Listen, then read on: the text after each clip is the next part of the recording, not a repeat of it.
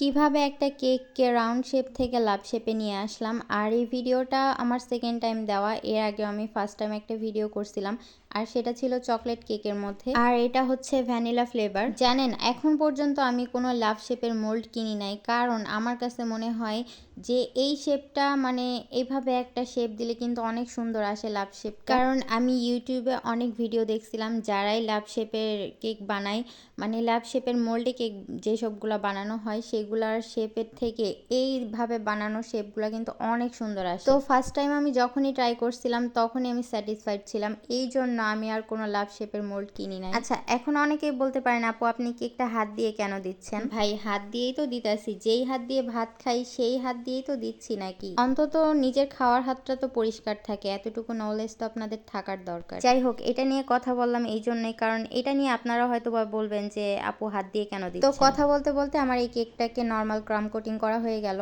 আর দেখেন কেকটার শেপ কতটা সুন্দর আসছে। ভিডিওটি কেমন হয়েছে অবশ্যই জানাবেন। আল্লাহ হাফেজ।